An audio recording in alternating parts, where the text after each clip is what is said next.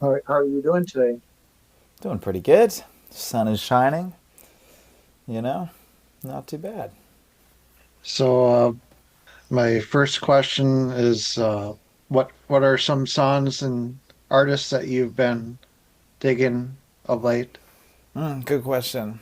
Let me quickly open my music. Oh, you know what I've been listening to so much, and maybe this is boring, but I've been listening to. I love it. It's called Lateral. It's the new album from Brian Eno and BD Wolf. It's like it's an hour long ambient record. Pretty much listen to it every morning. Um, I've been listening to I Keep My Feet on the Fragile Plane by Allegra Krieger a lot.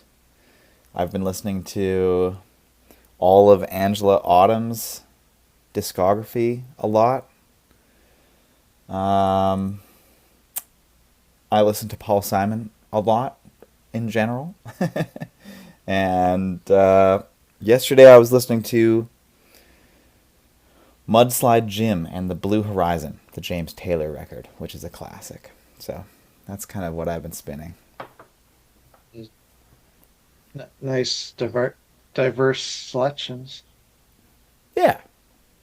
You've gone on quite the journey from small town Canada to a couple bigger cities. How do you think that path has aided you as a artist to where you are now? Yeah, when I started playing music, I started playing with a couple of my friends from high school. That's a pretty classic story, but we maybe slightly not classic. We toured a lot. We played like 600 shows together between the ages of like 17 and 21, all over Canada and America, and we even toured in Japan a little bit, which was pretty cool. And I think that was a great education in parts of how the business work, and but also just playing every night. We would record our shows and listen back to our shows and just try and get better all the time. And I think that instilled like a real respect for musicianship in all of us, which I still have. Yeah, Sounds like it was a very DIY kind of. it was. Yeah, it was very DIY. We did all the work ourselves. Eventually, we did have an agent, and eventually, we did have a manager, which was awesome. Except that we broke up like not that long after we got both of those things, so we never really got the opportunity to see what that felt like. Of course, now I also started this project very DIY, and it has since kind of grown to I have people around me who take good care of the business and myself. What's the story behind the band's name? Boy Golden. Yeah. My mom's last name is Golden, and I am her boy, and thus Boy Golden was born. A lot of people think it is to do with my hometown. Well, not my hometown, but the place that I live now, which is called Winnipeg. And on our legislative building, there is a gigantic golden boy statue. It's like 28 feet tall or something that was given to Winnipeg by, I believe, France back in the 1800s. And it is actually a very impressive statue. Golden Boy is ripped. He's looking good. He's naked, holding a chaff of wheat.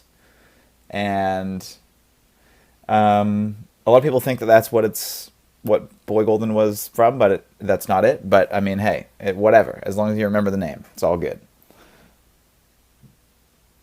With the new album, identity is a major theme on it, with some songs looking at it from a spiritual perspective, while others look from like a more human, like daily life kind of way. Can you talk a little bit about how those themes came up in your songwriting and helped shape the direction? I mean, I think there isn't really a difference between your spiritual life and your day to day.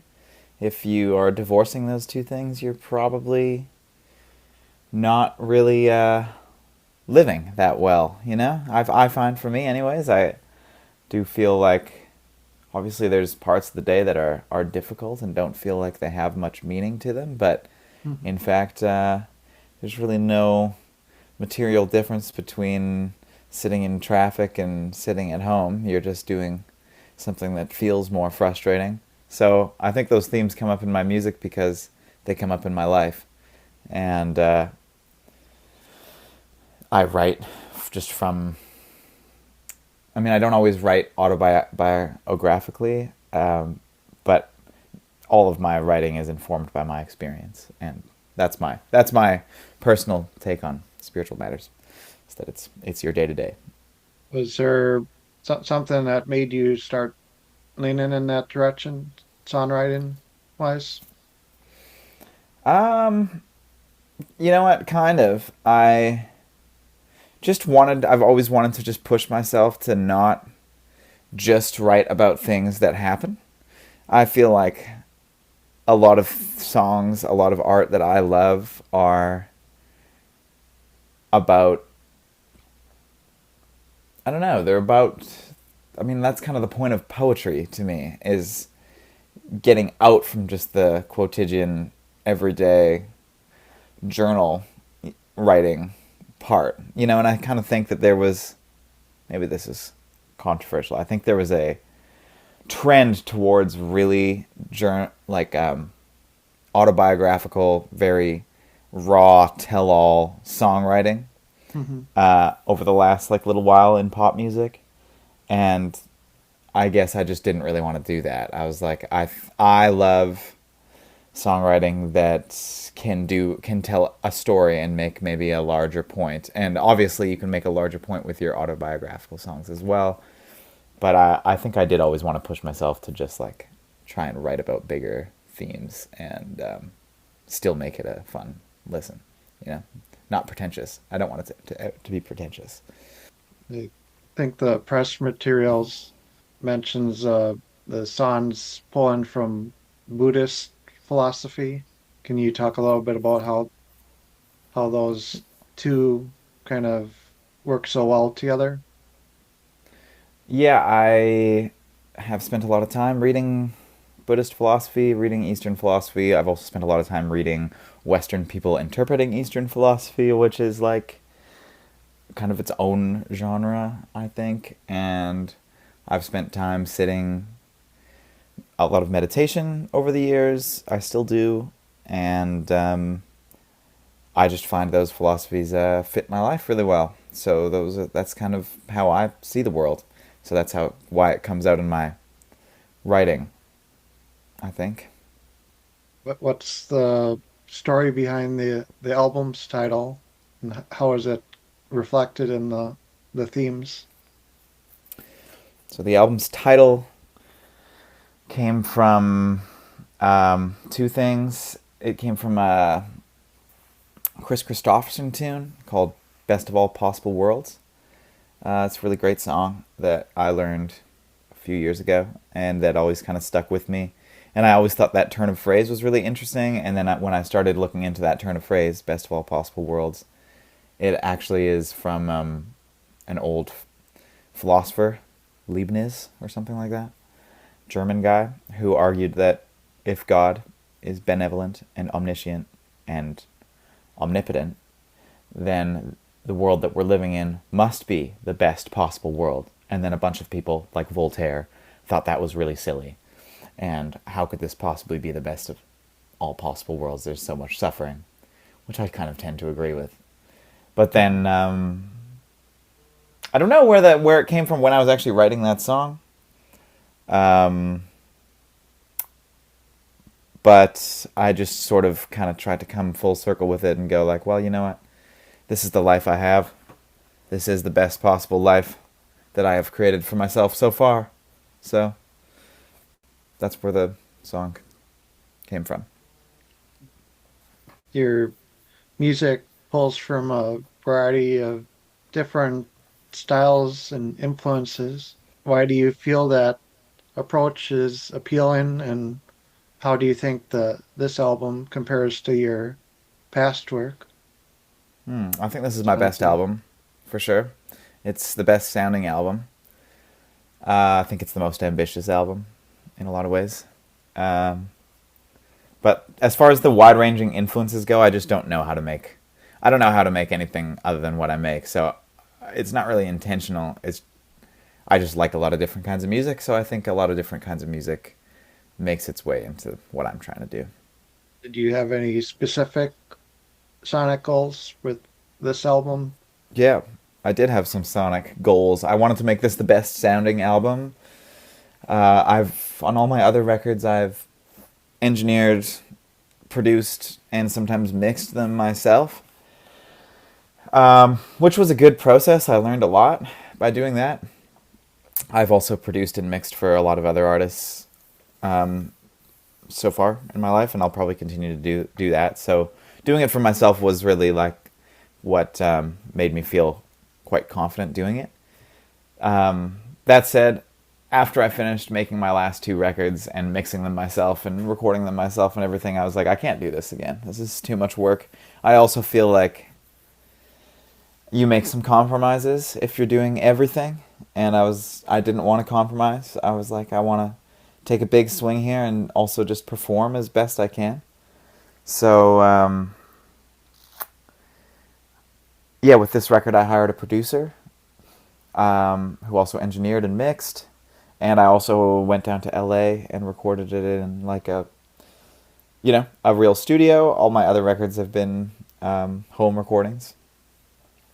And I think it shows. I think it sounds great. It sounds huge. And I'm curious to hear what people think of it, because the fans that I do have probably gotten used to a bit more of a lo-fi sound. And this one is not that. It's hi-fi, but that's what I wanted. I wanted it to be hi-fi. I wanted it to just sound great.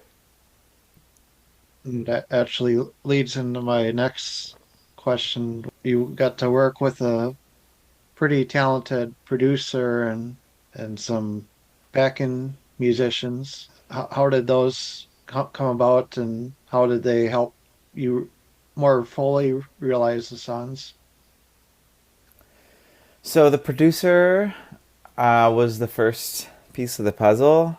His name is Robbie Lakritz. He's done a lot of amazing work for Feist, Bahamas, Always, Jack Johnson, lots more, but those are the big ones. And I've always liked his work a lot.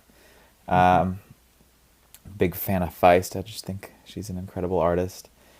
Um, and I met him one time, and then uh, and then I think my management sent him the music, and then he ended up actually working with my management team on his producer stuff.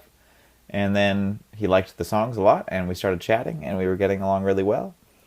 And so then we decided we would make the record together, which was great. It came together pretty quick.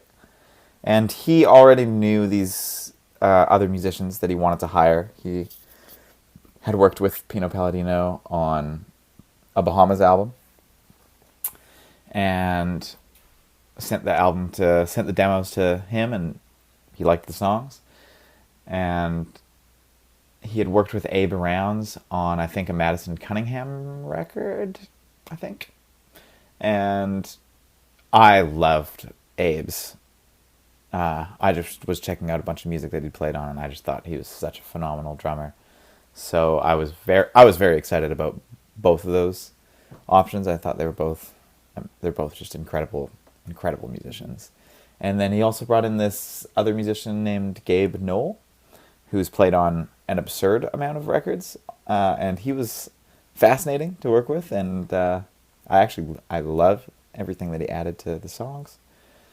And then finally, my friend Austin Perhoniak, who works with me on almost everything I do, was on the whole record as well. And in my opinion, Austin is just as good as any of those other famous side musicians.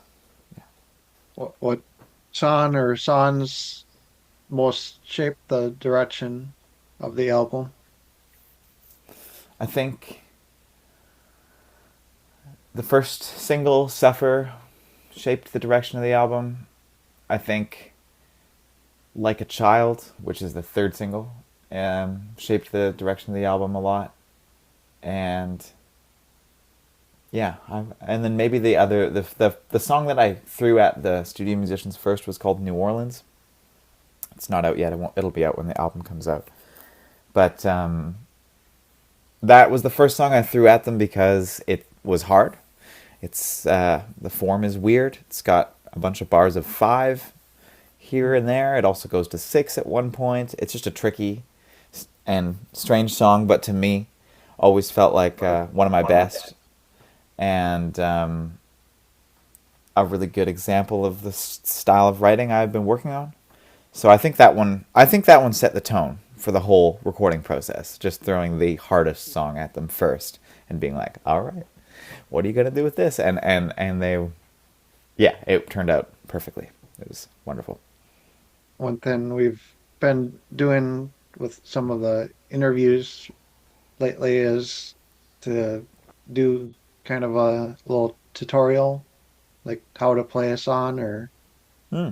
a riff or whatever they want to do. Cool. I wanted to see if that was something that you'd like to do, or Yeah, that could be fun for sure.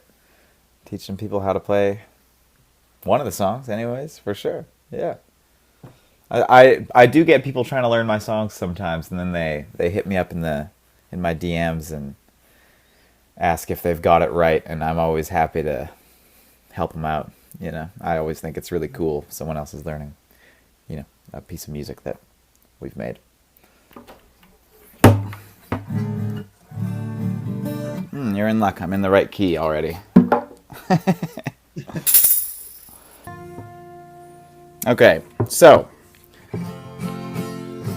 it's a little bit out of tune, but that's okay. That song I was just talking about, New Orleans, bit tricky, but it has a couple fun things in it. Won't teach you how to play the whole song because that's probably more than a few minutes endeavor. But the first thing is it's in open D, so without the capo, D, A, D, F sharp, A, D. I play it with the capo on 3, so it's in the key of F. It goes like this. It starts, and it just walks up, so you put your finger on the first fret on the 3rd string. So bum da da da da. So just a chromatic walk up. And then it goes to a minor 5 chord. And then it goes to a 4 chord. Actually, it is going to drive me crazy that it's not in tune, so I'm going to have to tune it. But that's basically the whole song. I use a lot of minor 5s because I think they're interesting.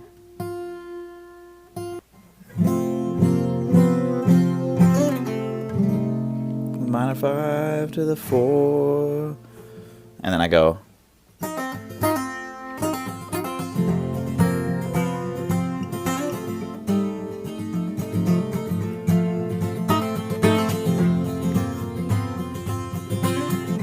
That's where the bar of 5 is too, right off the top. 1, 2, 3, 4, 5. 1, 2, 3, 4. 1, 2, 3, 4. 1, 2, 3, 4, 5. 1, 2, 3, 4.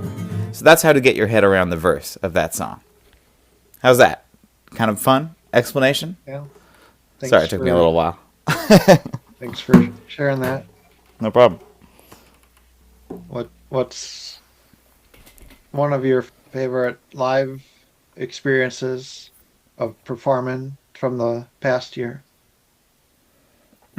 Past year.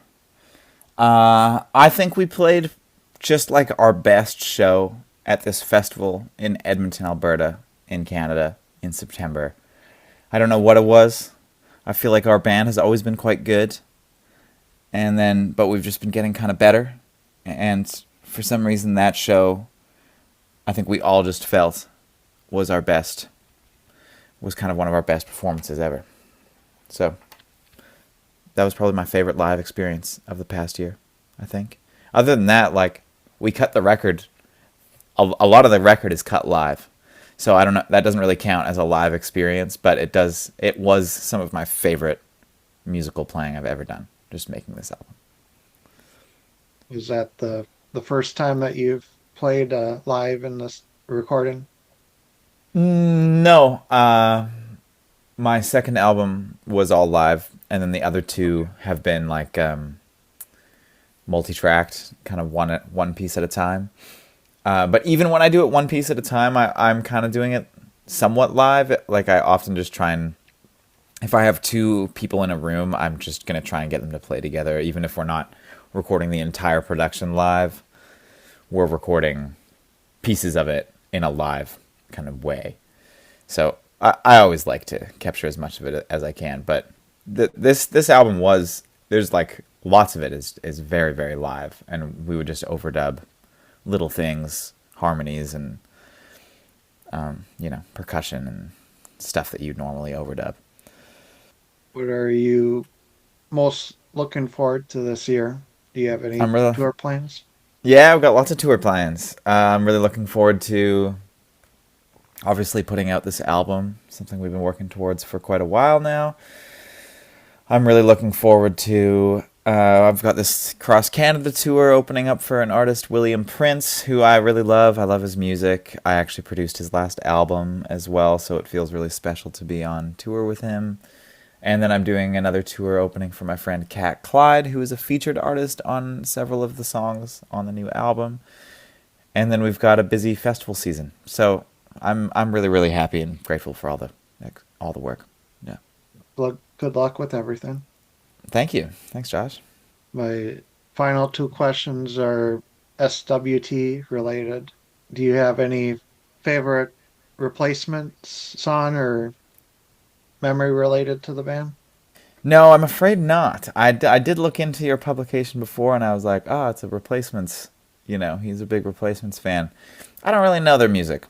So that's just a big gap in my memory hole. Just didn't grow up with it. So, yeah. Do you have any stories or memories related to water towers? Yes, actually.